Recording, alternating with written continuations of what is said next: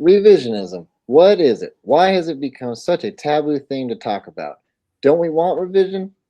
Well, as it turns out, the reason why revision holds such a negative connotation by historians is because it was used by those who completely revised history between 1940s and 1960s to demonize those who simply asked the question of why, setting back the study of history perpetually.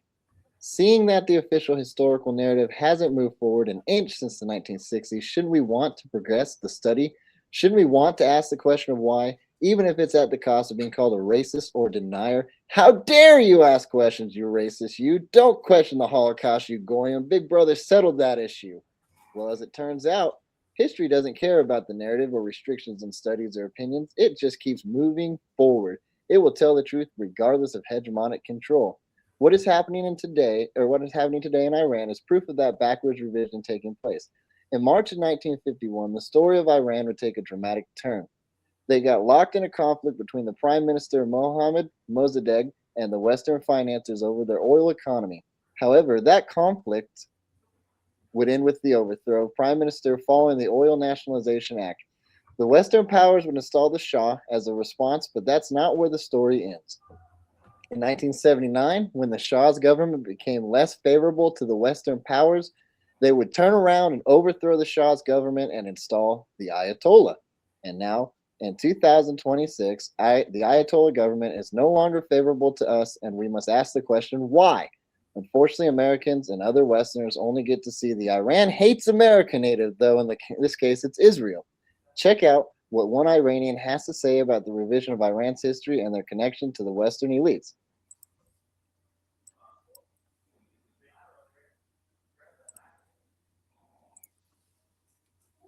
Iranian here with another pro tip for anyone who's not from the Middle East. In order to understand why Iranians are fighting against the Islamic Republic and want their Shah to return, there are three facts that you just have to accept. Number one, Iran is not a Muslim country, and prior to 1979, we were a modern, secular, westernizing nation. Number two, the 1979 Islamic Revolution, or as I like to call it, the Islamic coup d'etat, was not an organic movement. It was orchestrated by communists and Islamists, and it was funded and supported by Western nations. And number three, the Shah of Iran was not a dictator. In fact, the Shah of Iran was protecting Iranians from Islamists and communists. Unfortunately, everyone in the West has just dealt with the historical revisionism that's been put out there by communists and Islamists to justify taking over Iran in 1979 and turn it into an Islamic hellhole governed by Sharia law. So if you're wondering why Iranians are taking to the streets and protesting against Islam, wanting to overthrow the Islamic Republic, and calling for the return of the Shah, the current king in exile, His Royal Highness Reza Pahlavi,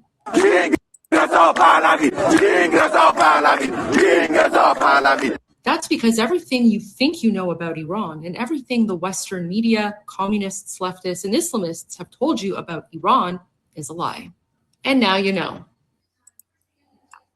Welcome to the Dissenting Goyim show. Sorry, I was about to say the Dyed in the Wool History podcast again. I have here in the studio with us again is a historian for Dyed in the Wool History Productions. His name is James Peterson, and he is about to tell us what in the world is going on with Iran. Good evening, Jim. Welcome. Oh, thank you. So what's going on with Iran? Nobody knows entirely what's going on with Iran. There are economic problems there. Some of them are internal to the way the economy is run, and others are related to foreign exchange values. So it's a mix of controllable and uncontrollable variables. There have been riots, say, that have broken out and have spread. However, in looking at some Telegram posts and interviews today, the extent to which they spread and the numbers of people that are turning out that are being shown in the Western media is probably overstated. And then, of course, we have the threats of military action should the Iranian government act forcefully against the demonstrators, and that's pretty much where we're at. I don't really think it's going to spiral out of control. I will say that the 12-day war was an attempt, especially the decapitation strikes initially, to bring about regime change in Iran. And you had, Bibi Netanyahu, of all people, trying to talk to the Iranian people. And by the way, a foreign invasion or foreign attack never brings about a regime change voluntarily without boots on the ground. That failed, and I think this is probably round two, but we really don't know entirely what's going on in the background at this point. All right, so you said control or uncontrollable values or factors, right? What are those? Well, some of it's how they've handled the resources, government debt. Is more of a centralized economy. I'm not an expert on the Iranian economy, so those were kind of just some summary points.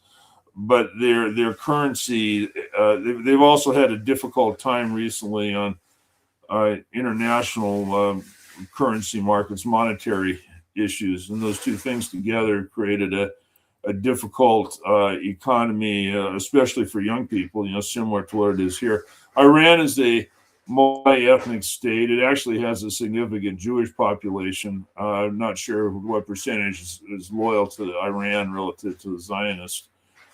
And it's a complicated place. It was put together after World War I by the British. It really consisted of everything that was left over from somewhere else.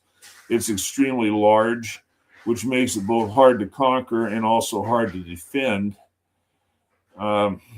And in regard to the lady you had on there, that she would probably be a sympathizer to the Western interests. So going back to the case when the Shah was disposed, I recall that I was in college at the time. The Shah was fairly brutal. Was his government effective? Well, maybe to a point. Yeah, it was a westernized country, but how to what extent that benefited all the people was certainly questionable. And then that's not to side with the Islamists, but they're different perspectives to this. So obviously the Western countries are fanning bring back the Shah's family and put them in power sort of narrative. I really doubt if that's very popular. I also doubt really if the Israeli and American governments are very popular either right now. So take all that with several grains of salt, so to speak. All right, so I'm going to ask the J word question here, only because it's something I recently heard on another podcast with Danny Jones. Is the idea that there are a lot of Jewish people in Iran, right? So how would that affect this conflict, or I'm not going to say conflict, I guess protest, revolution? It hasn't made it to revolution stage, but we're kind of teetering on that. Because it is, you got the Islamists there, the Ayatollahs still. How does that kind of affect the climate of Iran right now? Let me say first off, from what I've gathered about the life in Iran right now, after the revolution, you had Sharia law. Shiites, by the way, are different than Sunnis. I don't want to stress that point. Shiites do not have a history of acts of terrorism that I can readily recall anyway. So the Jewish population there is pretty significant. Jews are not necessarily Zionist. So what percentage are Zionist aligned with Israel and what percentage are not? I really don't know. I know the decapitation strikes in the 12-day war, it was Massoud was able to move around pretty easily there, and there were certain indicators that they leveraged the Jewish population to maybe a significant extent. Okay. All right. So now, before we get into the focus on the Iranian part of this, right? Kind of the sole focus on this question. This is going to be one I know we kind of talk about these conflicts working all together in the worldview of the global picture, right? Can we ascribe to this conflict any part of the Ukrainian-Russian conflict? Because again, like we know, in my experience, at least historically speaking, no event, at least the ones that happen really close together, generally aren't in a vacuum or stand alone. They are always somehow connected, especially as we see the Western elite kind of failing miserably right now, and doing whatever they can to hold on to whatever power they have left. So can we ascribe any of that or no? Oh yeah, there are connections both ways. So first, we'll start off with the Ukrainian-Israeli connection. There are Ukrainians that have been part of the Ukrainian government that have been given refuge in Israel. There's talk that Zelensky might ultimately wind up there. Of course, he might ultimately wind up in Florida too. I think he has property there. And Ukraine has used Israel as a model for what they want to be in their region. And there have been arms exchanges and other things. So it's not an airtight case, but they're certainly more aligned than they are not aligned. And there have also been Israelis that have fought for the Ukrainians as mercenaries. Now the deeper connection would be Russia and Iran, and that goes way back to the events right after World War I, when Trotsky advocated the secret treaties involving Britain, where it effectively gave the Persian oil fields, it was referred to at that time, that was a kind of a client state for Russia. He gave them to the mainly British oil companies. I'll say American oil companies too, to a degree, which is why a lot of people say that Trotsky, in one form or another, was a British agent or a British stooge. So Iran's been within the Russian sphere of influence through all the changes for a long time, with the putting the Shah in power in the 50s. And by the way, that coup, that was the first CIA playbook sort of coup. And the guy that ran it, I think you have a picture of him there. I believe he was FDR's grandson. And it was so out in the open that they decided afterwards, we can't. They were basically kind of patting themselves, bragging about, hey, this is pretty good. We did this and got away with it. But then they realized it would be dangerous to ever have a CIA employee face as the face of the operation again. So they never did that after that. But it basically still followed the same pattern of economic hitmen, so to speak. So when Russia has courted Iran, and so has the West, prior to the 12-day war, the Russians tried to provide improved anti-missile systems. So their long-range systems are designated the SA-300, 400, and 500, I believe. 500 is the new one. It's worked very well in their theater. Iran mainly had 300s. And missile defense, of course, is something that's not a bunch of individual platforms. It's integrated platforms, and you have to have a command control electronics to make the whole system work. Russia was giving them some, or selling them some SA-400s. They kind of slowed down on that due to some U.S. pressure and some offers that had been received. I suspect after the 12-day war that they've really accelerated getting these upgraded systems and more of them. Iran's a difficult place to defend because it's so large. Getting them in place, and they're also buying some Su-34 frontline fighters. So the Iran has no missile deficiency. Sorry about that. Iran has, hopefully you can edit that out. Iran has no missile deficiency, but they did have a fighter deficiency, and clearly the anti-missile systems on either side worked very well. So that's the tie-in. They're Israel and Ukraine are roughly aligned, and Russia and Iran, and along with China, are probably more closely and more obviously aligned. Okay, so we have that, right. So you have that courting idea, right? You have the courting Russia, Iran. Then you got the Ukraine and Israel, and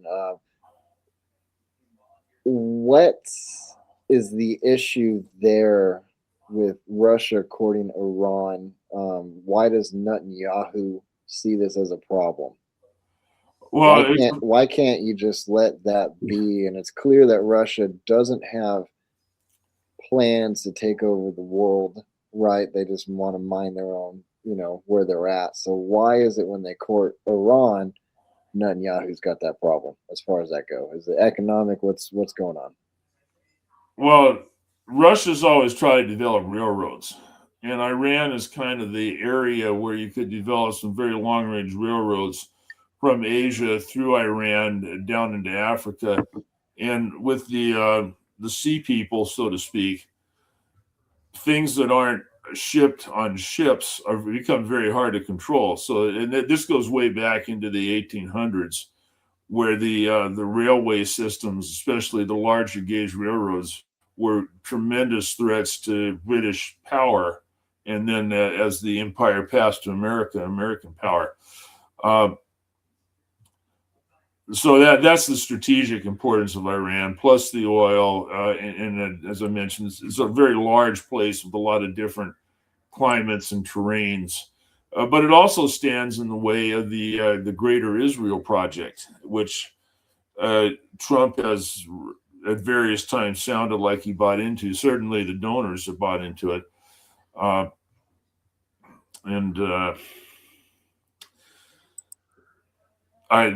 that's really the issue there. Iran is capable, as we saw, to put up a very strong military defense of themselves. The other Arab countries, and Iran's kind of a pseudo-Arab country. The other Arab countries are not, with the exception of Jordan, and Jordan's aligned with Israel. So, and of course, also Iran's a Shiite state as opposed to Sunni. So, Israel wants them gone, pretty much. That's their challenge for control of the area. Okay, that kind of leads into actually my next question, right? Is what about the connection? Is there any connection between the United Nations war agenda of 2030 or like the Palestinian Israel conflict that's still going on? What does this kind of that grand narrative of there's going to be a war on a global scale that your grandfathers have experienced and right? Is there part? If we look at kind of their movement here in Iran with the protests as it is now, right? Is there any connection there, and can we kind of say that they're shaping things up for that? Well, that's an interesting question. So, some of the discussions or narratives that come out on that were that the say globals, Brussels crowd, globalists were trying to initiate a much larger scale war, and their opportunities to do that were the Ukraine and in the Middle East. Are those legitimate arguments? Maybe I try to deal more in the area of certainty, so I definitely can't put it in that bucket, but maybe. Right. It just seems like if you look at kind of people are just again they're leaving or they're starting to reject a lot of these things that the UN or the EU are putting together. Right. It seems like this could lead to the last ditch effort, right, to make sure that 2030 kind of reconnects that. Well, Europe is collapsing. So we had this financialized economy that's based off debt, and the thing about debt is unless you can continually expand, it will eventually collapse. Now, in the Roman era, that was the model, and because everything was smaller, they were able to continually conquer more areas, which put the day of reckoning out further and further into the future. Now, the European or Western globalists need to expand into these other regions. BRICS is a mortal threat to them, and so is Russia. And they cannot win a kinetic war against Russia. I think a lot of them haven't fully realized that yet, but these are military analysts with sociology and degrees of that sort. They're not engineers, they're not scientists, and they're just repeating what they've been told all their lives. The globalist system has to expand, and it's reached a point where it can't. Okay. So what happens when it can't expand? I know we kind of talked about this last week, but let's read. Well, it is.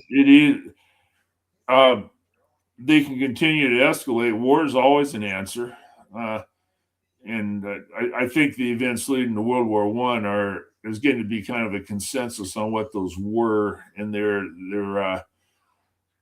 focus around the British international interest, Rhodes and the Round Table Kindergarten and that sort of thing. World War II is a little more complicated, but in my opinion, it kind of goes down the same path. So do they have any qualms about starting a major war? Wars create debts. Debt creates income to those that have assets. No, they'd love to do that. They love war. That's how you keep the system going. But do they have anywhere where they can effectively initiate one? And that's pretty questionable. This might be the end, one way or the other. Okay. Yeah, I know, right? It might be the end there. They're kind of running out. They got to have wars, and without wars, they do fall apart. You and I talked about earlier this week the idea that this conflict seems to be motivated by at least an outer force. We could say Western elite, but we can keep it right now as like outer force, right? That revolutions or protests are never natural. They never just they happened, right? They always show up somehow because there's some kind of economic or some kind of connection to the grand scheme, which is why I ask these questions. And they generally benefit very few people. I know a lot of people think these popular movements, as they call them, benefit everybody. Like we got this, and this from that. But if they look at the picture and actually analyze it, it benefits very few people. So what exactly would the outer force, I know what I'm thinking, could they want with Iran, or rather, like, what is it that they have to fear to try to make a pop-up movement like this? Well, a couple of things. Now, the analogy you had initially, yeah, we spread peace, freedom, and prosperity to people of all social classes, which is why the whole world just loves us. Oh, wait, I'm sorry, none of that's actually true.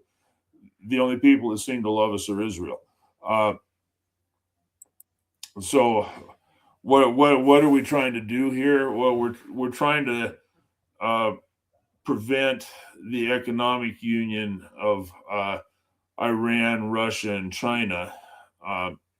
We're trying to prevent the railroad routes. We're trying to gain access to resources. We're trying to make sure that the Western financial system can continue to grow and consume other things.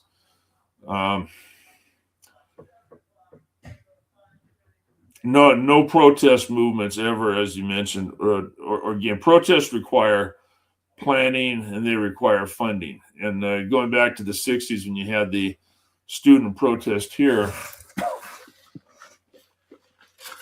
they went from city to city. They were roadshow.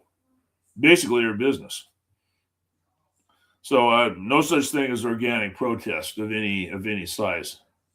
Right. They get moved around and they show up. We know where they're needed. Right. Let's see. I was going to go somewhere with that. Okay. As far as we'll say preventing the Russian, Chinese, Iranian economic connection, that courtship that kind of builds another out of the Western banking system, out of the Western financial system, which I would assume right off the bat would do better. And the reason why I would assume that is because you have China buying up all these silver, hard money, right? And kind of adjusting. I don't know. I want to say adjusting. I saw something that said reset, but I'm not going to use the reset word. Is it too late though? Right? Because China ultimately, if we look back and we go back even, I would say, what, 250, 300 years, right? Is that they managed to get the West to flow the Western hard money, the silver and the gold, to them, while the West ate up that trade deficit, right, with the opium trade. That's where opium came in. And so now that you have China kind of adjusting that and bringing hard money back, right, to where they have something that's backing up their system, right? Is it too late? Is this question kind of like, oh crap, we got to act fast? Is it too late? I should say. I keep asking too late, as I want to say it over and over and over again. Well, I think it comes down to the basic idea of production and consumption. So China had a relationship going with the U.S. where we could have huge trade deficits, huge government spending deficits, and they would buy the treasuries. They would recycle. They'd use our currency. They would keep our currency from basically losing value, which it would have otherwise.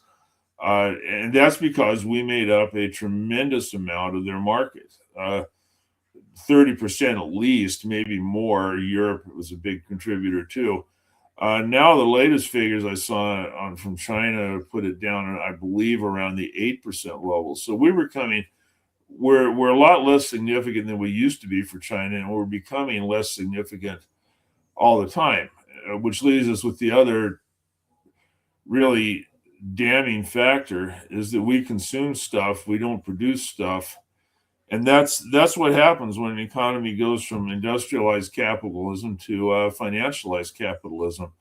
If financialized capitalism wants to generate a rate of return which is exponential. No economy can grow like that. Growth is not something that's inherent to every economy just because it's there. And when it couldn't grow through industrial capitalism, it basically eats it. It sends the money where it can get the best return, and that wasn't here. So in doing that, we deindustrialized ourselves. We impoverished young people, and we destroyed our manufacturing economy and working class. Can we ever bring that back? I don't know. Probably not without a lot of major pain on the way there, but we might not have any option in that. It might just happen. Yeah, that's always the question I have. Like, what's the end goal, right? When you run out of that, and you just have people working, who's producing anything? I've thought recently about the idea of what would be the fix for that, and I think that the only fix would be to leave the system that we're in, right? Which is where I think the idea of China buying gold is kind of moving that, or not gold, but silver moving that way. And why I wanted to see if there, ask the question of connection, because ultimately, I think as far as the system goes, this is kind of where we're at, right? The end point. It's either war or reset, and war usually resets anyway. So I guess it's got the question of when do people wake up finally. Now, does this conflict resemble the past two, right? Overthrows in any way, shape, or form, and are the outer forces unhappy, or are they being pushed by some other kind of power that control them? Oh, the other two conflicts in Iran? Yeah. Well, the first conflict was just taking the oil, and that established a precedent that people argue about today. Does Western control of these developing countries through essentially they take or buy the assets? Becomes a ruling class that benefits from it. they loan them all kinds of money, but then the people they're never benefit from it at all. And they've end up losing everything, and that just transfers more money from productive enterprise into a financial system. So does it resemble that? It has some vague resemblances, but not real close. And does it resemble the Shah being disposed? That was really kind of a strange time. So Carter was president. It's quite possible we could have had another administration might have firmly backed the Shah. Would the Shah stayed in power? Would anything have changed, or would it just got worse and then happened later? It's really hard to say. But there's an aspect to it beyond the human rights and who was worse, Khomeini or the Shah, which is cultural preservation. So the idea that in the West, this originated in England, was the idea that you can form a country that has no cultural adhesion, no common culture, religion, belief, nothing. It's just an economic entity, and I don't know that you actually can and have it hold together. What was happening in Iran, as people perceived it, was the destruction of their culture. Yeah, it was westernized, but maybe westernized too quickly, and maybe that's not what the majority of them wanted. So I would say this is somewhat different. It's trying to take that revolution and roll it backwards. How many people want that? I don't think too many, but we'll see. Right. Yeah, that seems to be kind of what I was looking at. Right, you have the idea of westernizing, and there had to have been westernizing too quickly, otherwise that Shah wouldn't have been, replaced when they were, right. And we did play a role in that because we had the whole taking the whole money, we were taking the money situation, right. Um, so that's actually an interesting point, right? Does it exist as just an economic entity? Because it has changed from somewhat Western to Western really fast to back to super traditional. I won't say traditional, I guess. It is, but it's not what it was like right after the revolution. Like if you go over there and expect to find all the women running around in burqas and being barred from cars and have to follow their men and so forth at a certain distance, that's not what you're going to see right now. You would find something that is surprisingly westernized from what little I've been able to gather about the place from people who have been there and lived there on the internet. Okay, yeah, and that's kind of, it's funny you say that, because again, on that Danny Jones podcast, it was like, this guy was saying you can't reform anything; it has to be like this, it did all the way back that way. But I think a lot of the Middle Eastern countries and countries, around the Persian Gulf, so to speak, are kind of moving forward in a way, right? At least trying to progress from that. Was it not traditional? Fundamentalism type situation. Yeah. I believe that's true. It varies from place to place, and also Iran has multiple cultures there. Like I mentioned, it's a complicated place that wasn't formed based on any logic other than this is what's left over after the British carved up the area at the end of World War One. Right. Why? I guess if we come back to that, why did they, feel the need to carve it up? As far as kind of replacing or fixing it to a kind of an area that they liked. Well, that happened when Balfour, not Balfour, Asquith ceased to be prime minister, and I'm blanking on the prime minister that followed him right now. Sorry,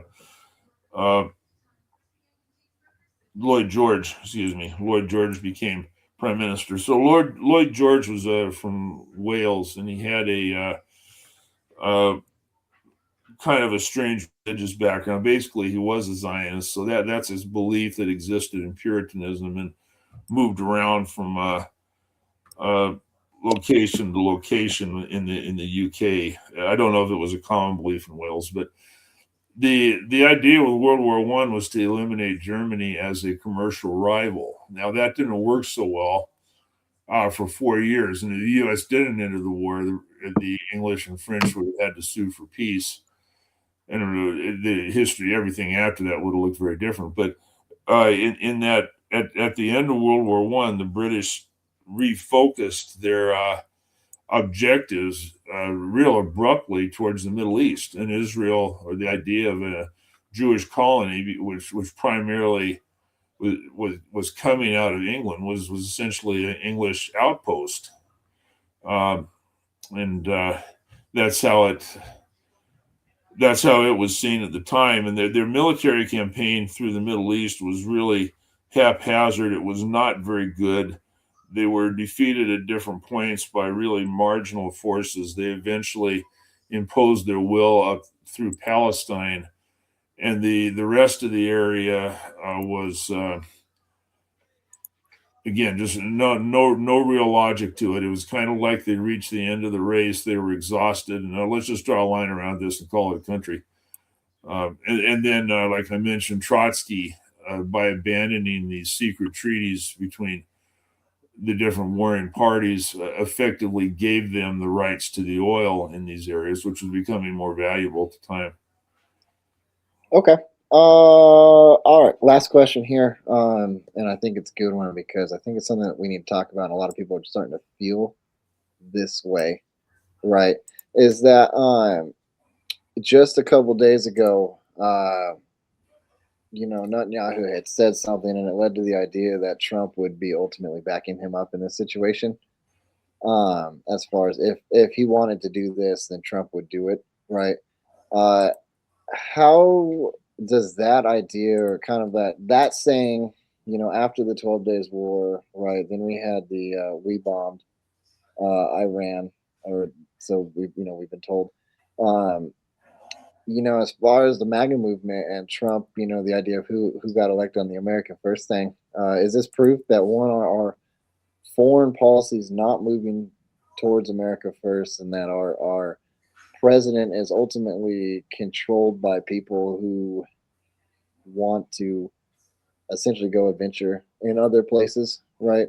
That the financiers, or even Netanyahu, when he said that he controls Trump in the Senate, right? Is this kind of proof that is happening, that the MAGA movement is falling apart because of these foreign policy issues? Well, it easily could. There are a lot of people that are waking up to the fact that Israel, or Zionist, is, and I say that it's not a country with a balance; it's a philosophy.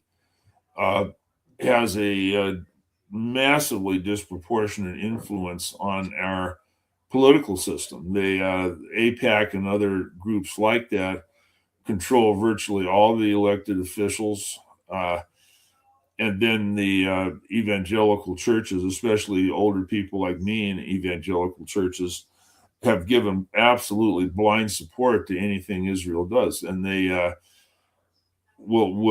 very they get their information off of Fox News. That's a trusted source, and they just won't question anything. And if I think, like you and I have talked, I've lost or damaged probably most of my associations by the fact that I do question this sort of thing. So has it damaged the MAGA movement? Yeah, it's taken the philosophical core, which is not a majority of the people, but it's the more important people, and essentially excommunicated them, or is in the process of doing it. So if Trump could correct course, but the problem is that everybody around him, all the elected officials, the people in administration, and his donors are a massive constraint. And does he realize this is a problem? I don't know. But when he calls people like Tucker or Marjorie Taylor Greene or Candace Owen crazy turncoats and so forth, that's not really helping him, because he has maybe 20% of his base, his intellectual base, and he's really calling those same things. He's might be name calling a an icon, but it applies to everybody else that has some of these questions. So it's a very dicey time right now in terms of the structure of Republican or conservative politics. But on the other hand, the Democrats are not doing anything to dispel the idea that they're basically nuts. So we'll see. Yeah, where do we go from here, right? Yeah. That's a big question. All right, that kind of wraps it up. I appreciate you being here. I know we had some awesome conversations, some good questions, brain fart or two here and there. So next week, I think we're gonna go ahead and for those of you tuning in, we're gonna talk about kind of the MAGA civil war. We're gonna revisit the EU, and we'll keep tabs on this Iranian protest to see if it does evolve into a revolution, and if it doesn't, we'll figure out why it didn't, and if it did, we'll figure out why it did. I appreciate y'all tuning in and listening to this, and viewing the various clips. So we appreciate you and are very grateful. Thank you, James, for being here. Thank you. Enjoyed it. Lots of fun. All right, here we go. And welcome for those of you who sat through the news and listened to it and have any more questions. Please feel free to comment on the video, and I will get back to you on those questions. However, we are moving forward into the second segment. One day there'll be more than two, but right now we got just two. However, it's going to be action packed too. So welcome to the sports side of this broadcast. I appreciate you guys coming back for the sports. I know a lot of people have viewed our little clips, and I'm grateful for that.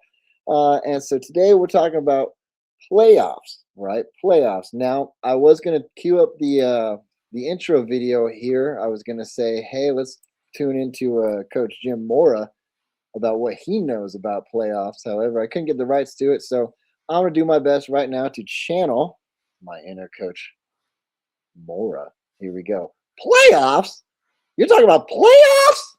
Playoffs. No, playoffs. All right, Charles. What about playoffs? Oh, mercy. Can you hear me okay? Yes, sir. We can hear you just fine. All righty. Perfect. Yeah,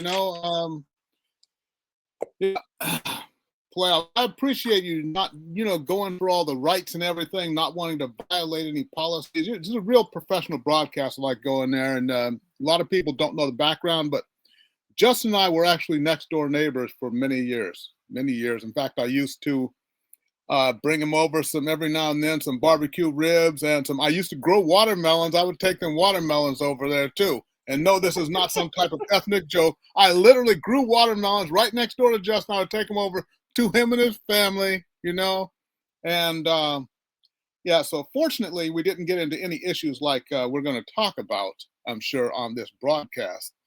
Oh, Mr. Diggs. Mr. Diggs, we got Christian Barmore. To touch up on that, right? Is that his first thing he did when he brought over chicken wings, and he brought over watermelon, and that was. Oh wait, I think Josh ate it all. Did he? I brought that melon over. Josh was talking about how good and sweet it was and everything, but I guess he didn't share. You guys were brothers.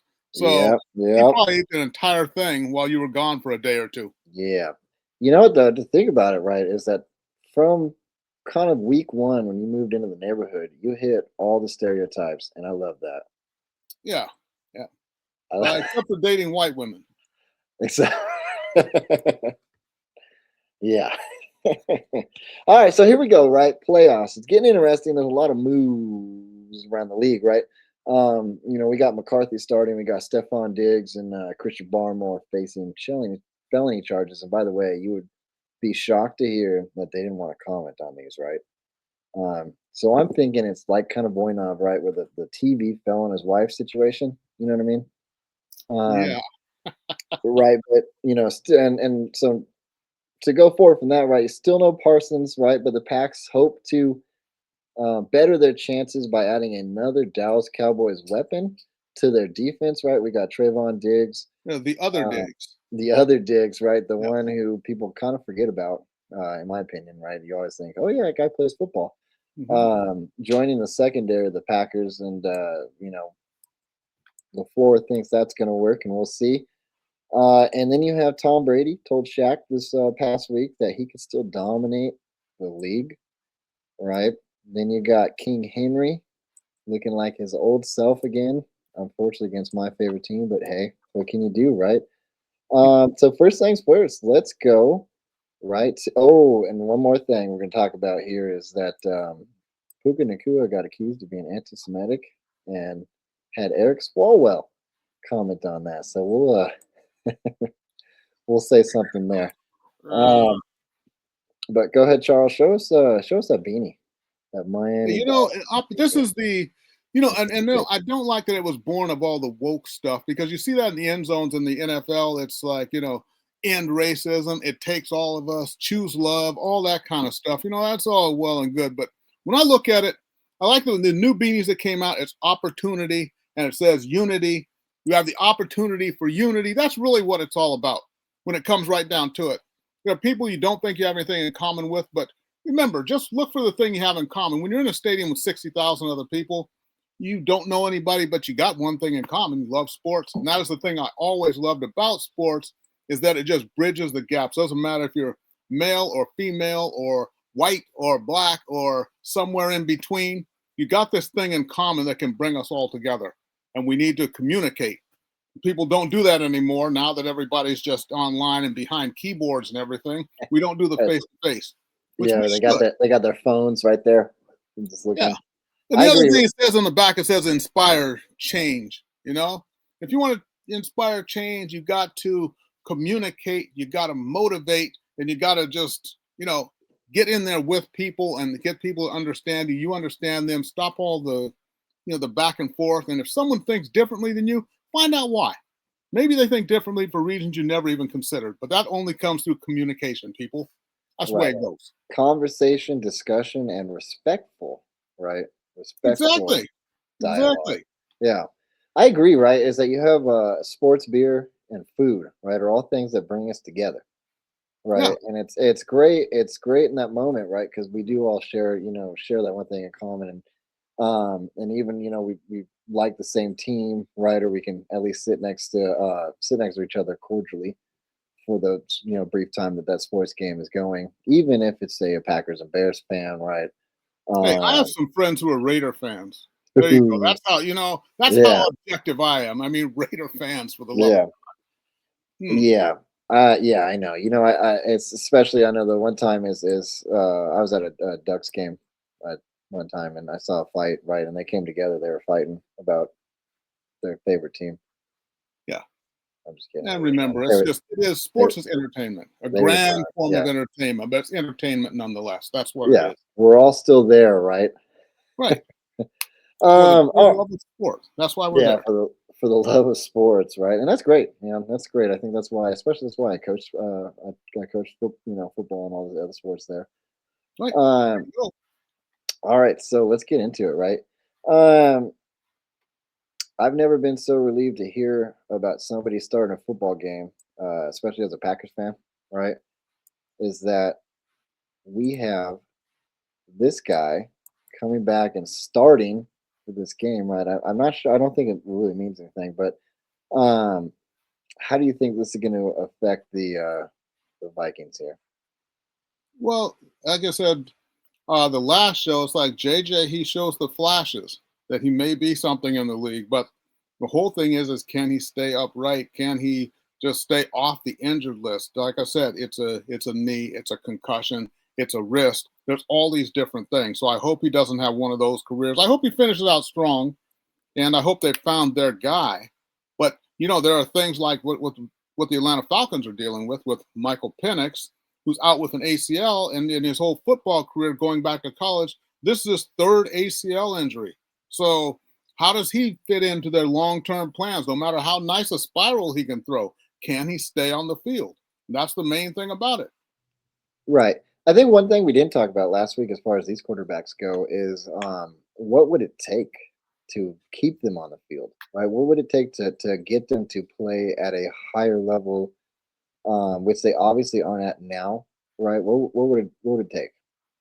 Well, it's one thing. The football IQ is one thing which you can learn, but like I said, if your body cannot take the pounding, no matter what you do, a lot of guys, they stay in the weight room as much as they can. They take the supplements. I mean, actual supplements. That's not code for anything.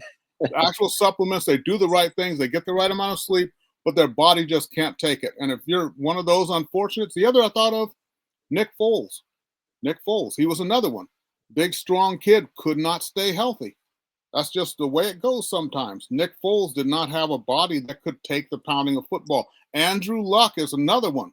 Andrew Luck was basically destined for, looked like, superstardom, at least, the all-star level, maybe not all-pro, but he was going to be their Pro Bowler, and it turned out his body just could not take it. So that's the way it goes sometimes. Right, but how far back does that, where these habits start, right, where you have so many of them that can't really take these hits, can't really stay in the game, can't stay healthy. And I know when I played, you played, the only way you didn't play is if you were dead, right? That was the one time you got out of the game, right? So where does it start though? Why do we see this, so many people injured, so many people, get the sniffles and have to miss a game? Right? Why? Like, does it start? Well, I know a lot of newer programs are ditching hitting in practice, right? That's one big thing where I think you start to see yeah. that, and they don't want to put their quarterbacks through it because they're worried about people being hit. But Well, I think we don't want to blur the line and get into the whole load management thing like they do in the NBA, where it's not about taking a hit. It's just, we decided that it's better if you only play 61 games a year instead of 82 games a year. Meanwhile, you're a fan who works overtime or something to scrape up money so you can possibly go to just a game or two or three during the year to see the best players play. And lo and behold, you get there and the guy is in street clothes for no reason. right. So with football, though, I think one of the problems, and we see injuries that we don't necessarily see as many of, didn't see as many of in the past. One issue, and I don't have a real truly sound research to back this up, more of a theory, but I think what it is with advanced training, you can condition muscles beyond what the tendons and ligaments only get just so strong. And you can, I think, over condition muscles so that bodies at the weakest point, then you look at the way your body's put together. So at the weakest points, that's where your stress point is. And I think you have athletes that over condition. Then it depends on, taking certain medications like taking Levaquin that can lead to ACL tears, tendons, and things like that. I hope I don't get in trouble with Big Pharma for saying that, but that happens. You can blow out an ACL if you're taking Levaquin. It happens. It definitely happens. So there's a lot of different things. And you'd think the NFL would be studying that when you see the amount of conditioning and the amount of Achilles tendons and ACL tears. They should be doing something to find, there has to be a common thread running through all that, but apparently they're not doing it. So Not interested. it's Yeah. a theory by a guy who has no training in the medical field, but I do know a lot of people who are healthcare professionals. Yeah. You think though there's enough money in this situation where they could get tons of research money for it, right? Yeah, but the just problem just is like concussions, right. But the problem is they always have a fresh crop of players coming in. Right. You retire, someone's replacing you. Someone's replacing you. Just like people being born and people dying. Every time a baby is born, it's replacing someone who's dying. Every time an athlete goes down, hey, there's a first rounder coming in right behind you. Yeah, right. It's we got a second string and we got a third string, right? If you go down, we'll see you later. For a reason, homie. Yeah, no hard questions. No hard feelings. Sorry. Right. Yeah. I don't know. It just seems like that. Like this again. I know we talked about this last week, but again, last season you brought up the Achilles injury. That's the first time I really seen multiple people with that. Yeah. Right. And you kind of see it's like, what is happening, especially like Aaron Rodgers, though, after so many years in the league, and then that happens. I know it wasn't last season, but the season before that, right? And it's kind of like, what happened, right? I can guarantee you this. If it was worth studying, the NFL would study it. But it's not. They keep on making money hand over fist. The players are getting big contracts. Everybody's making a whole bunch of money. So why open Pandora's box? I'm sure that's how they see it. The players are getting big contracts. Even if you get injured, you still get paid out your contract. So, hey. Yeah, it's just one of those things for us to ponder. And we're just regular working class dudes and everything, and we're wondering, my goodness, these multimillionaires are all getting injured. Why doesn't somebody do anything? Oh, the humanity. Yeah, right. Well, I think we were all hoping, well, actually not hoping. I'd say they went all in on the COVID vaccine, right? But they won't go all in on keeping players healthy. Can we talk about that? Can we talk about that? Is that weird? You know what? No, I don't think we can talk about that. We can't talk about that, man. We can't. Right. Right. Yeah. They went all in, right? They just all in, and now they're paying the consequences. So I think, they're too afraid to study any health problems here, huh? They might Well, it's like when you study something, you can go. There's one thing where you say, they maybe let sleeping dogs lie, or you don't want to dig up skeletons. So if you're going to uncover that and start digging, how deep are you willing to dig, and what are you willing to uncover? Right. Once you uncover something that may be a clue to something huge, are you willing to go deep, or are you just going to say, hey, that's enough? Don't dig any deeper than that.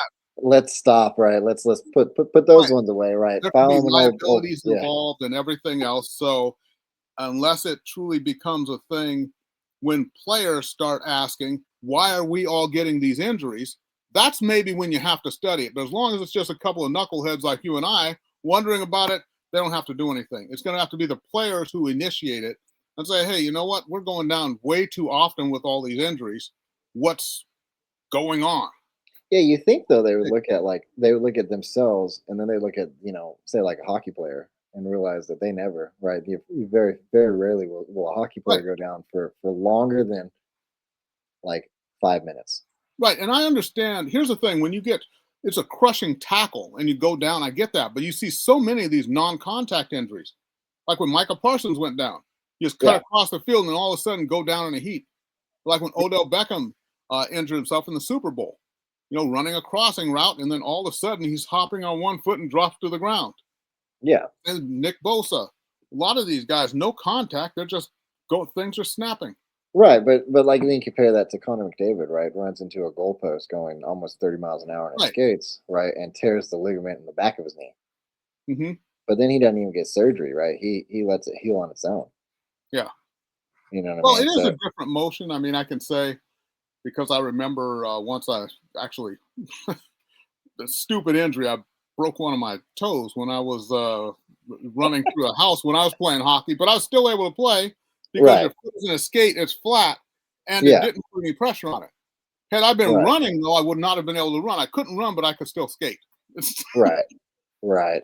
Because it wasn't the support toe. I mean, the big toe, if you break a big toe, you're done because that's all your balance. But it was like, the little piggy that went to market. I can't remember the one that stayed home, So between the big toe and the pinky toe, you'll still be okay if you're skating. Right. Okay, going back to McCarthy, though, right, is that with him, right, can, say, Jefferson start to get the ball, right? Can Aaron Jones start to run, better than he has been? He's been doing pretty good as far as the games that I have watched, right? Do you think everything's going to click with McCarthy back in? I know Jefferson was just saying that he was hoping that McCarthy would be back, right? He's kind of taking him under his wing, which is super cool, by the way, to see someone like Jefferson, who's kind of a big time receiver that is known for scoring touchdowns, catching the ball at every moment, and seeing this guy who and the gritty, and the gritty, and the gritty, right? Can you do the gritty, Charles? I cannot, but you know what? I saw Brock Purdy do the Dougie after a touchdown, and that wild shootout. Oh my God, the Niners and the Bears! What a great game that was. Yeah, and Brock Purdy finally getting a little bit of swag because he's a good, just blue collar working, working quarterback there, Mr. Relevant, last guy taken in the draft, and then he proves himself to be, at least Pro Bowl caliber, maybe getting into the upper echelon of quarterbacks. But that's going to be fun to see. 6 straight wins, by the way, for the and the Seahawks. Yeah, I appreciate Purdy, right? I do, but I think that he is like, if we put him, if you had measured his performance on a line there, he would kind of start to look like this. You know what I mean? Well, we'll see. Like I said, they won 6 straight now, and maybe this is a season where he came into his own because Mac Jones was starting. Remember, he was injured, and Mac Jones was starting. They said, is there a quarterback controversy? And maybe that was a little bit of what Brock Purdy needed to really get him going, because ever since he's come back this year, he's been lights out. And we'll see that fantastic game this Saturday night, the Seahawks and the Niners. You know, winner probably gets the number 1 seed overall, and you gets a bye week, which both the teams need, especially the 49ers, with that mass unit that they have out there. Yeah, so, right. They got Bosa. Bosa's down still. Game. Right, Bosa's down still, yeah? He's done for the year. He's got an ACL. He's not coming back. Fred Warner might be back if they make it to the NFC Championship game or the Super Bowl. Will McCaffrey hold up? We'll see. Or will he starting to fall apart anyway? Yeah, I enjoyed Purdy being back, and I enjoyed that game against the Bears, definitely. However, my father-in-law is a 49ers fan, and so far I refuse to vote for the 49ers. Well, hopefully he's going to be up at that game in Santa Clara this weekend, because that is going to be absolutely fantastic. Probably the game of the week.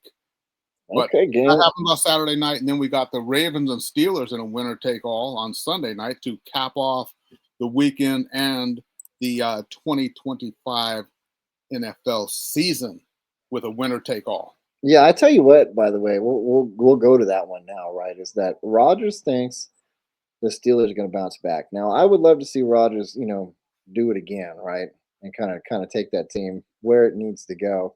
Mm-hmm. But at the same time, watching this happen, you know what I mean, was both sad. It was really sad for me, but at the same time, it was like Derrick Henry killed it, right? He got up there and started breaking records with the way he was running.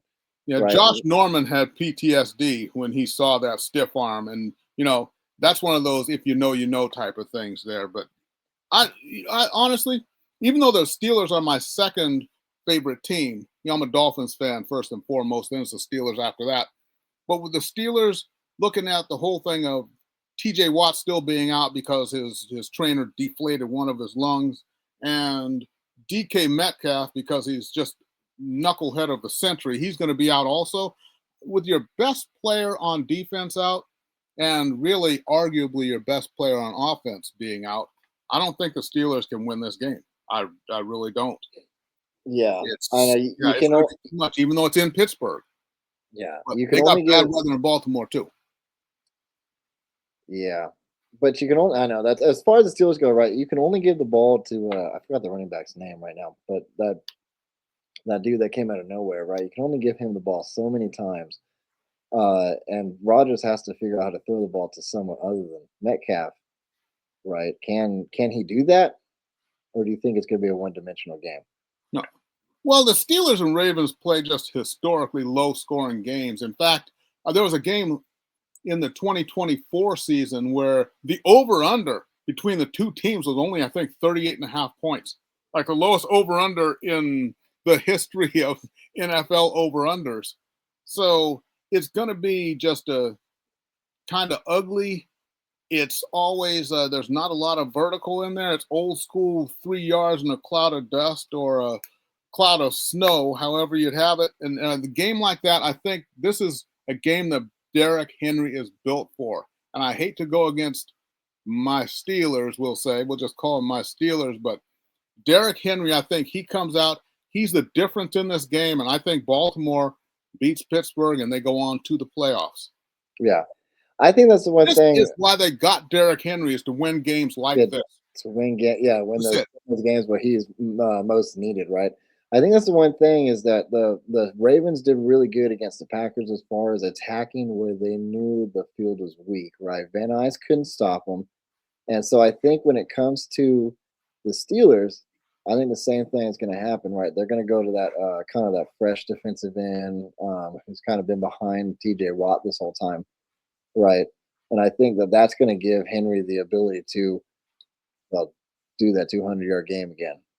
I really think so. And the only thing is, and Henry has had problems with this year, which he has never had in seasons past, but if he gets a case of fumbleitis, it could be over, but that could be the X factor, the turnovers. But outside of that, outside of the Ravens possibly getting careless, I think they take this game. It's going to take a monumental effort by the Steelers to win this game, especially looking how the Steelers struggled against come on, Cleveland Browns. Put up 6 points against the Cleveland Browns. It's just they're two teams I think headed in opposite directions. And even though I don't know if Lamar is gonna play this week or not, that could be another thing that could work in the Steelers' favor. So still, it's going to be a heavy dose of Derrick Henry this week. Yeah. I might get canceled. Lamar doesn't play, obviously. I don't let Tyler Huntley throw the ball that much. Yeah, but I don't know. I might get canceled here, but I thought Tyler Huntley was doing all right. I think as far as he's gone, because I mean, I feel like he finishes the season every year, with excepting the last year. He's a good placeholder. I feel like Huntley comes in and really finishes the game, or the year. As far he's as a good placeholder. He is a good placeholder. You wouldn't want him starting 16 games, 17 games now. But you also wouldn't want Lamar starting 16 games, right? Well, Lamar can't start 16 games because he doesn't stay healthy all year. But anyways. Yeah, right. But then that goes back to the healthy thing. We have this top-notch quarterback, right, kind of falling apart now and hasn't finished the season. Well, remember, he sat out almost an entire year a couple of seasons ago. So, yeah, he's had his issues with injuries.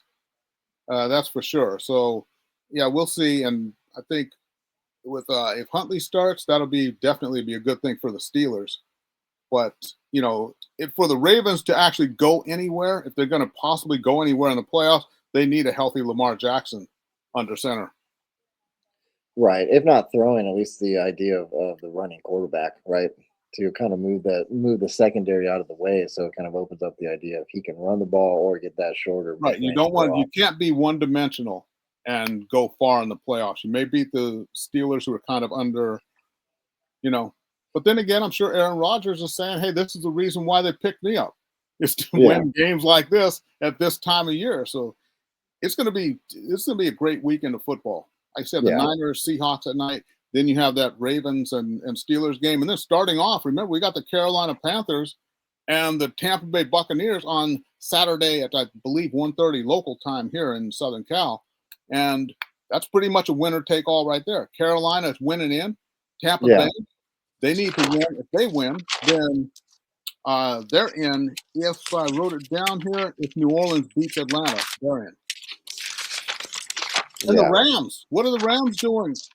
The Rams, the worst time of year to start just on a downward arc, because remember, if the Rams mess around and fall into that 6 or 7 spot, they're going to wind up having to take on the Eagles or the Bears in the first round. Versus if you finish in that 5 spot, then you wind up taking on the winner of that Carolina and Tampa Bay game. So there's a whole big difference there. I'm sure you'd rather play Carolina than have to face the Eagles or Bears in the first round, and the Rams have put themselves in a tough spot. Yeah, that is true, right? You don't want to take up those first rounders. I don't know. The Panthers, though, even if they get through, I think that the Panthers have done fairly well this season, right? They have beaten these kind of better teams, unsuspectingly, at least, right? And so I think that they could kind of, pull something out of their hat. Well, here's what happened with the Panthers, because they started off, and the Panthers and Tampa went. I think Tampa started off 5-1. The Panthers started off 1-5, and then over these last 7 weeks, like the Panthers have gone 6-1, and Tampa has gone 1-6, or something of that nature. So again, two teams head in opposite directions. We don't know what's going to happen in that final game there, but the game is in Tampa Bay, so maybe Tampa takes it. I don't know. And then if Carolina makes it, is Bryce Young really ready for big-time football, which is what he's going to need to play? And if it's the Rams, you got Super Bowl champions, you got all that championship pedigree that he's going to have to deal with. And, well. Yeah. I think, though, when it comes down, if they were to go, say, against the Rams, right, I think it would come down to more that the Panthers really don't have the weapons needed, right? I think Bryce Young could kind of hit that level, and he's shown this year that he's kind of growing into that level, right, as opposed to the last couple seasons. But I think that the Panthers overall don't have enough weapons to move forward, as far as even the Rams are another team that they would face on the way. And that's what I mean. because you want to stay out of that 5 hole, or I'm sorry, you want to stay out of that 6 or 7 hole where you would wind up facing. You will face Philadelphia or the Bears in the first round of the playoffs if you wind up in that 6 or 7 spot. So it's going to be tough. But I think if any NFL coach is listening right now, I think that, we talk about strategy. Okay. I think that when it comes down to it against, say, like Caleb Williams, the guy with the fingernail paint. I think that when you microaggression. Yeah.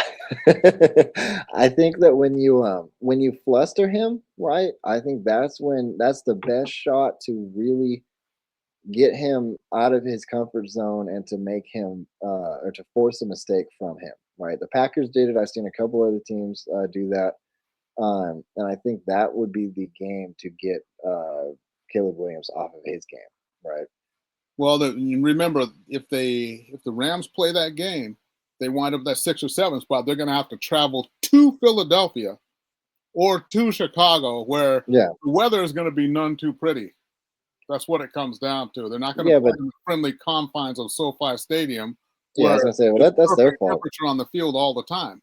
Southern California team going to the East Coast to play. A lot of you old schoolers who grew up with the Rams in the 70s, when they'd have to go to Minnesota or they'd have to go to Chicago and play, and everybody knew what would happen. They freeze their butts off in the playoffs and wind up on the short end. No, the Rams got acclimated this weekend, right? It's raining by y'all's house, so they're getting used to the weather. Come on now. Wait, they're doing what? They're getting acclimated to the weather. It's raining by you guys. Yeah, that's true. And I think it dipped down to 59 degrees or something like that too. Yeah, that's almost East Coast. You got some flooding. They're close to it, brother. Yeah. Come on now. Yeah, the toughest thing was a ride to the airport, maybe. But wait till they get off that plane on the East Coast. I know they'll all be sleeved up and the little face thing that they always wear. But hey, you're in Texas there, man. You got to talk about the Texans. 8 straight wins, and I wrote it down here, everybody. And during these wins, this was before any injury bugs hit anyone. 8 straight wins, including wins over the Jaguars, the Colts, the Bills, the Chiefs, and last week the Chargers. And the Jags are for real because they themselves have won 7 straight. So, Houston. Everybody has got to talk. They started off like 1-4, 1-5, or something like that, and they've come on like gangbusters. Yeah, but they're going to be the one round and done. That's what they're going to be. Houston? Yeah, Houston. I think that's all they got. I think that's all they got. This was they got lucky because they're playing against Justin Herbert with a broken hand, right, falling apart. They got in, and I just don't think that they have what it takes. I think CJ Stroud is not. I know everyone argues with me on this one, but CJ Stroud is not the quarterback. He's not the guy that's gonna take them all the way. He's the guy that gets into the playoffs, and that's it. Best defense in the league, 2 great wide receivers, and a quarterback who plays well enough to get it done. I think he plays well enough to get it done. He's maybe not superstar level, but I think when you put him in the right system, I love their coach also, D'Amico Ryan's doing a great job there. So I like Houston, and I think they could shock the world. But which Houston are you going to get? You going to get the first half of the season when they're all fresh, right? Or are you getting the back half? You get the last of Houston when they came into their own and started winning games, of course. Well, they had to overcome the loss of Joe Mixon. He was supposed to be their starting running back and really anchor that backfield and give them balance the offense. He's been out all season. They were kind of building around him being there, so they had to adjust over those first 5-6 games or so. Now they've hit stride, and now everybody's confident. CJ is coming into his own. CJ was injured too. He was injured. Yeah. Davis Mills starting 3 games. So, hey, that's a team that is overcoming the obstacles. Yeah, I don't know. I think that the first half is gonna show up. The first half of the season is gonna show up there. I think that's kind of where I see Houston. So I mean, who you got then? So who? The Bills? As far as no, the New England Patriots possibly without Stephon Diggs because he decided to choke out his personal chef. No. The chef fell into his hands on accident. Come on now. Yeah. First fell into an open hand slap and then tipped over backwards into a chokehold.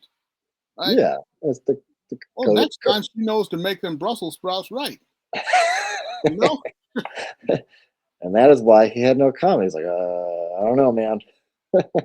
I don't know. The Patriots have impressed me, and only because let me get this picture up on here real quick. Only because is that they got Drake Mays moving out every time he rolls out and hits that little out route to the tight end there. It's always been effective. They've been able to march the ball 5 yards at a time, which is what's needed, right? But again, I think when that's taken away, I think that they're going to struggle because you're right. You don't have possibly that Stephon Diggs. Their running backs haven't proven to get much done, right? They kind of have helped a little bit. Yeah, you're right. I guess when it comes down to it, maybe they have Houston has an easy go at things here. Well, I was going to say, you just kind of threw Houston under the bus a little bit. Now you say New England has a guy. So where are we down to? Buffalo? Yeah, I don't know. See, Trevor looks like a Disney prince. You think he's taking his team to the Super Bowl? But hey, dude, picking up Jacoby Myers is a great deal. Right? Yeah, that was a great deal. I don't think that's okay. We'll get to the NFC here in a moment. But what do you think? AFC. I like Houston to go. If not, Buffalo has to go this year. It has to be Buffalo. And this coming from a Dolphins fan. Yeah. For the people of Buffalo, for all those drunken, rowdy people who fill their stadium and brave the cold, for the love of God, Buffalo has to go to the Super Bowl this year. It gets painful. I know. You know what? I had a buddy that went to that game last weekend, right? And before he left, he said, "I don't know. They'll probably figure out how to blow it on the way out, right?" And they did, right? But yeah, you're right. It's Buffalo should be the team. Absolutely should be the team, right? I think Josh Allen and the rest of the team have everything. I love the motto that they have is everybody eats. I think it's awesome, right? You don't have just one weapon, you got multiple. But you have the Josh Allen problem, right? Where he will find a way to play bad. Yeah, well, I don't know. It's almost like they can get themselves right to the point. Josh Allen is good enough to get himself to a point where he can't do quite enough. He does almost enough, gets himself there, and then it's one of those where they become one-dimensional because it is just Josh Allen in the big moments. Good teams know that, and that's why I think why I take Houston in a big game against the Bills is because with Houston's defense, they're not going to let Josh Allen be as creative as he needs to be in those big moments. But of course, this is several rounds down the playoffs. Yeah. So, and we're not even done with the regular season. I think with Josh Allen, if he brings it right, but then again, right, if you get too focused on Allen could have those relief routes that he's just dumping it down as he's kind of hitting that line. Yeah, once he crossed the line of scrimmage, that's all done, man. Yeah, I know. Otherwise, that's an illegal forward pass. Well, so no, I'm saying hitting the line of scrimmage right before he hits the line of scrimmage. Yeah, they got quick linebackers there in Houston. So I like Houston. I like Buffalo. I think it's going to be one of those two that come out of the AFC. I think New England, even if Stephon Diggs does wind up playing and this doesn't keep him, this latest legal issue does not keep him off the team, I don't think they're quite mature enough, ready enough to really take that step to go all the way. Maybe next year, the year after, they'll be there. I like them. I like the way they play. I love Mike Vrabel as the coach. I wish he was coaching in Miami, but that's a whole other story. So I like those two. And then it's going to be a bloodbath over there in the NFC between the Niners, who I think still, can you overcome that many injuries and still make it to the Super Bowl? We'll see. Sam Darnold coming out of nowhere for the Seahawks. The Rams with the championship pedigree. It's going to be fun. And then Caleb Williams, does he default to the things that we've seen before? And also your Green Bay Packers. Can they overcome the loss of Micah Parsons? I don't know about that. So hear me out on this one, is I have felt ever since, and you're gonna you had Reggie White, then I called him KGB because I can never pronounce his name, right? You had that guy. Yes. Yeah. You had him at end, right? Then you had Matthew show up, and he was another defensive end. I feel like that they haven't had those guys there, and then Parsons shows up and kind of completes that, and then all of a sudden They lose him. So I think that every time those defensive ends aren't there, they struggle. But I also think that the secondary, I don't really think Trevon Diggs is gonna be the guy to help them, because I think that you can bring one guy in, but you're still, struggling on the opposite side corner, the outside linebacker, the safety, right? Wherever he's not is going to be a struggle. And Packers have shown through the past couple of years now that they've really a while now that they've never replaced Al Harris, right, or Mike McKenzie. And I know it's going. I know that's going way back. A minute. Weren't you still in high school when those guys were playing? Yeah, I know that's going way back, right? But I really feel like they have struggled without those guys. Like ever since those guys left, they have not been able to find cornerbacks and safeties that have really kind of settled down and played at the top caliber level. Well, as you know, being a football guy, a lot of what the guys do on the back end has to do with that front seven does. So how long do you have to stay in coverage? That's the other part about it. And that's where you miss someone like Micah Parsons, because he can make the quarterback uncomfortable. If he even has an extra 1 second, a second and a half at the pro level, that's a whole different thing. Yeah, so, you got it. That's the difference between not scoring and getting right. And you got to, how long can the guy stay in coverage? So when you look at Trevon Diggs, how long is he going to have to stay in coverage without Micah Parsons up there to put pressure on the quarterback? That's really what the problem is on the back end. Right. And again, like you lose Kenny Clark to that trade, right? And they didn't have anybody that could replace him. That's where I find the fault in the trade. Yes, Parsons is great, but then you have a problem in the middle of the field that couldn't be filled, right? You didn't have the Kenny Clark, you didn't have the BJ Raji, right? You didn't have a guy that was you didn't have a guy that was, I know I'm going way back, but you didn't have a guy that anchors the middle of the field, right? Because you can kind of cut off the edges, but once you start double teaming the edges and you have nobody in the middle of the field to stop the ball, you struggle, right? Especially the linebackers. The linebackers aren't where they used to be. Picturing his sack dance, that's all. What? I'm still picturing BJ Raji's sack dance, that's all. So okay. Yeah, that's what I'm saying, right? They don't have anybody to fill the middle of the field. You don't have an AJ Hawk back there, right? Right. You don't have that guy coming downhill. And I'm sorry, pushing the ends that are really good into coverage doesn't do it. Doesn't work. And look at the other side of the ball. Who's your quarterback? God, I hope Malik Willis. Quarterback. Well, at this point, I think Thune, right? That's all we got is Willis. I haven't seen anything yet if he's coming back or not with that shoulder. Love.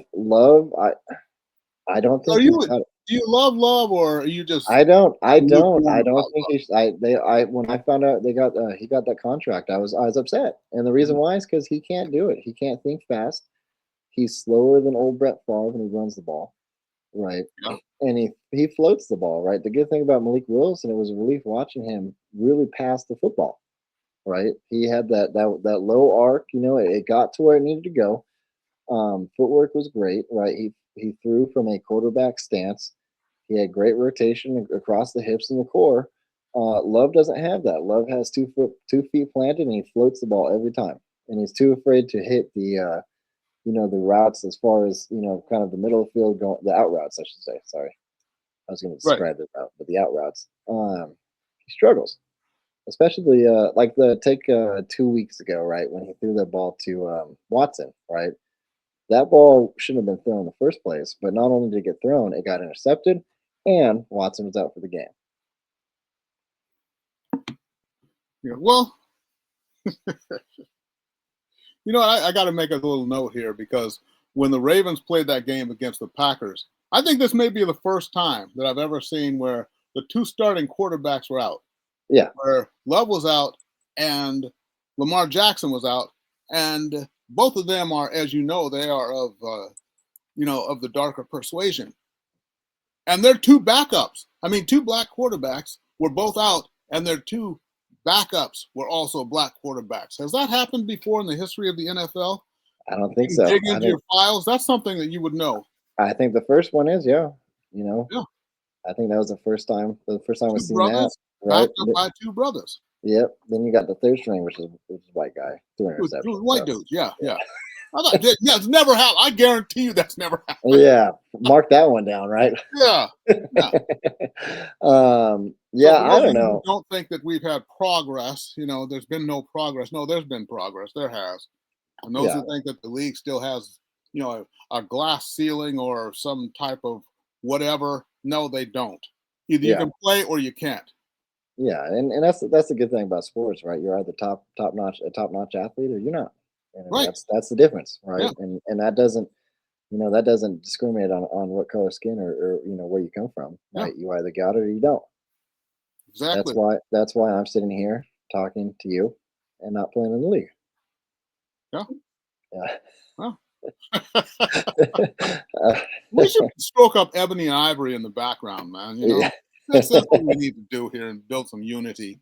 I'm sure someone's going to come into the comments and give us something from, I don't know, dig up something from 50 years ago to prove that there was racism at one point. It's like, yes, but see, progress means you progress. Doesn't mean you get to go way back as many decades as you need to pull out some bitterness. Okay. Yeah. I hope they do so we can blast them next week, huh? Yeah. But I remember, people, the difference between being bitter and miserable. Miserable is a present condition. Bitterness comes from living in the past. Yep. That's what it is. And you look at everyone who's bitter and they can talk, oh, well, I remember this happened and that happened and that happened. It's like, well, what about now? And what about the present? Doesn't matter. Stuff happened 5 decades ago and I'm going to go to my grave angry about it. It's like, well, yeah, good luck with that.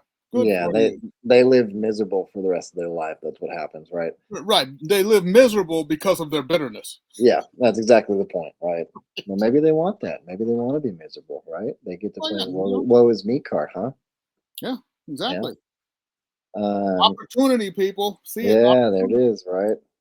Opportunity to make money in the NFL, right? There you go. Where else are we going with this one? What's next? Oh, the Bears. We talked about the Bears. Okay. You already blasted Caleb Williams on his painted fingernails, man. You already who did does that. We got the Eagles. I got to give it up to him. He did really he's turned the corner this year. Caleb did seem like one of those guys who, had talent and maybe wasn't going to make it or whatever. Maybe a Jameis Winston type, but he's coming along really well. And they talked about in the last game just that his vision is getting better. He still misses a few guys here and there, but I'm telling you, Caleb Williams on this trajectory, you give him another season or two, and that dude is going to be just. Hear me out. Hear me out on this one. One. It was not him. It was him coming into the Eberflus program. Right. Eberflus, they just got rid of Trevon Diggs, thinking it was Trevon Diggs, right? No, it's a 100% Eberflus. Terrible coach, lacked organization, couldn't tell you when to take a timeout or not. Ended the game with multiple timeouts, right? Yeah. Didn't know his first 10 plays, right? Had to tell players to go ask the offensive coordinator. He was someone who just couldn't coach at this level and still can. He's showing that with the Cowboys, right? The Cowboys have had a fantastic lineup as far as skill on the defensive side of the ball goes, but they could not click because Eberflus could not make them click. Yeah. Right. So Caleb Williams gets a coach who's there now. What's his name? I forgot his name right now. But kills it, right? He's starting to grow into the pre-Heisman Caleb Williams. So he brought back the finger paint, which is post-Heisman. But hey, he's starting to play like a real quarterback. The quarterback we understood him to be when he was going into the league. Right. You know what I mean? Yes. And I think we owe the coach of the Bears now to that growth. I like to hold the NFC North, though, the coach there. I like O'Connell there in Minnesota also. I think he's a good, young, energetic coach. And I like both of those franchises. If Minnesota gets that quarterback thing settled, and trust me, I've criticized JJ a little bit, but I'm just being real about it. I wish the best for him because I think the dude is a competitor. He is. Yeah. Just a matter of he's got it. His body going to hold up. He's got it, but I think they need to make changes on the line, right? If we go back to what do they need, it's like the coach has got it, McCarthy's got it. I think they need to start making changes at the line. Yeah. And at the more guys than Justin Jefferson. They got to get somebody else to get the ball. So, Eagles, I think. What? You need bookends. And by the way, anyone who's wondering why I have the Kings in the background here, it's because, I do have my straight up love for hockey. And this is actually the cover that I used when I was writing. I actually took this photo at what was then Staples Center. Went in there before anyone, got up there, got the proper angle, and this was what you saw when I was writing my column online about the Kings, was this background that you see right now. That was what I always had. That is my picture. That is my copyright. If you take it, I will sue you for it. There you go. Yeah, that's right. I was actually my picture. I was actually looking at that because I was trying to figure out to segue into the Kings real quick. Is that what happened the other night? Lose the game with a minute left, and then they score an empty net to make it that much worse. No, you know what? Banners hang forever. That's all I have to say. So people say, oh, the Kings are going back, same old King, whatever. I became a Kings fan in about 1975. Yeah. And I waited, 37 years or whatever the math was out for them to hang that first banner. Then they hang another one. I can go to my grave now. I'm in my 60s. I can go to my grave and never win it again. I'm fine because those banners will still be hanging when I am decomposing. And that's all that really matters. That's it. Yeah. I mean, you're right. I saw my team win the cup. Yeah. Don't get me wrong, right? I will be a Kings fan forever, but that hurt last night. It was last night or the night before. It was 1 minute left. Yeah. And Tampa Bay takes it. Golly. Killing me. But that's why we love it, man. That is. That's why I watch the Kings religiously every time I get a chance to. And it's hard because out here in Texas, they play at like 10. Right. Puck drops at 10, 9:30, 10, and it's like I'm struggling to stay awake, but I'll watch them. That was why a lot of those East Coast superstar players. I watched a lot of East Coast hockey, but remember, I would get home. All of us out here, we watch the East Coast teams play, but we normally coming from second period on. Yeah. That's what it is. They start at 4:30. By the time you get home, get settled and everything, you're watching from the second period on. A lot of those guys, I think, where you really make your money is in, the second half of the game. You can't be quite as creative. In the first period, it's anything goes.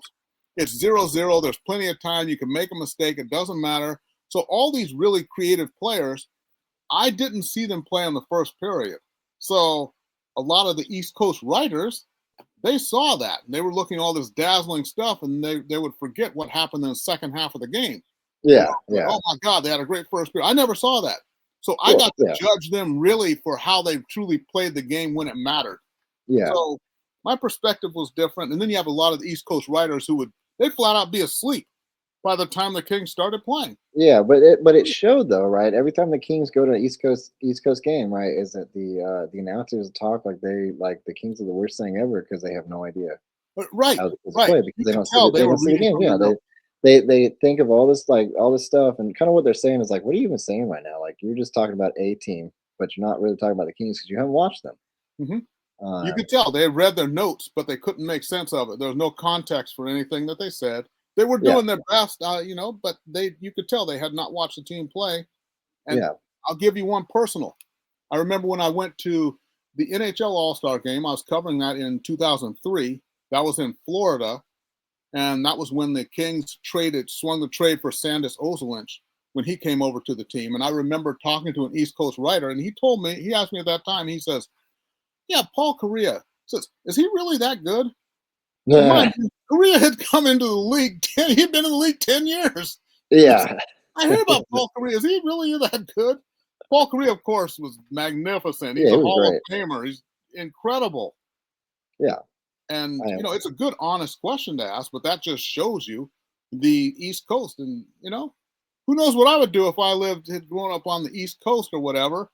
And who's going to sit down to watch a hockey game that starts at 10:30 at night? Starts at 10:30, which means what? You're going to stay up till 1 a.m. to watch a team that doesn't even play in your area? Well, I'm going to be honest. I've done that a couple times. Sure. But you came from here. That's different. Yeah. Showing loyalty. And maybe you should hit up the Kings and they can give you a stipend for that'd be great, right? to watch their games and represent their. Yeah, I'll go and I'll announce the games too, man. They get us out there. We'll announce it. Yeah. I guess that really covers it. Did we cover everything? That covers it. I promise I will get out there at some point and hang out with you guys. Well, remember, I was about to go out there for your brother's wedding, and the week before I was going out there, that horrible ice storm hit.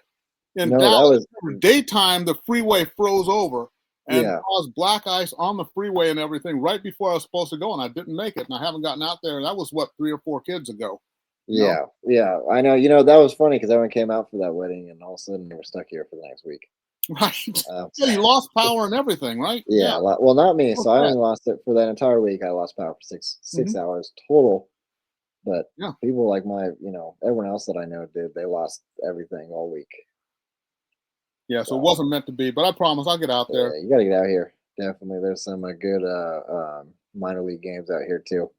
Well, wifey went out there a couple of years ago, and she brought back a brisket from Franklin Barbecue. So, you know what? I'm good right there in Austin. So, well, that brisket is as good as advertised, homie. Yeah, well, there's more places out here for you to show up. Okay. All right, gotcha. Yeah. All right. Anyway, we appreciate y'all tuning in. Next week we'll be back talking about the this weekend's playoff picture, showing up, who wins, see if any of our predictions were right, or see if anybody that or see if we're crying over our favorite teams here. Maybe Houston gets in. Maybe Houston fails. Oh, Houston's in. Yeah, I Then know it's just a they're. I matter know of that. I know they're. It's can they chase the big game, right? Are Anyway, you right? dogging out your brother? Josh's favorite team, his brother Josh's favorite team, is the Houston Texans, and has been even when Josh lived out here. So I know about that. Next week, yeah, we get to do playoff picks next week, man. Yeah, that's what we're doing. Picks. Yeah, playoff picks. Boom. We're gonna start zeroing in.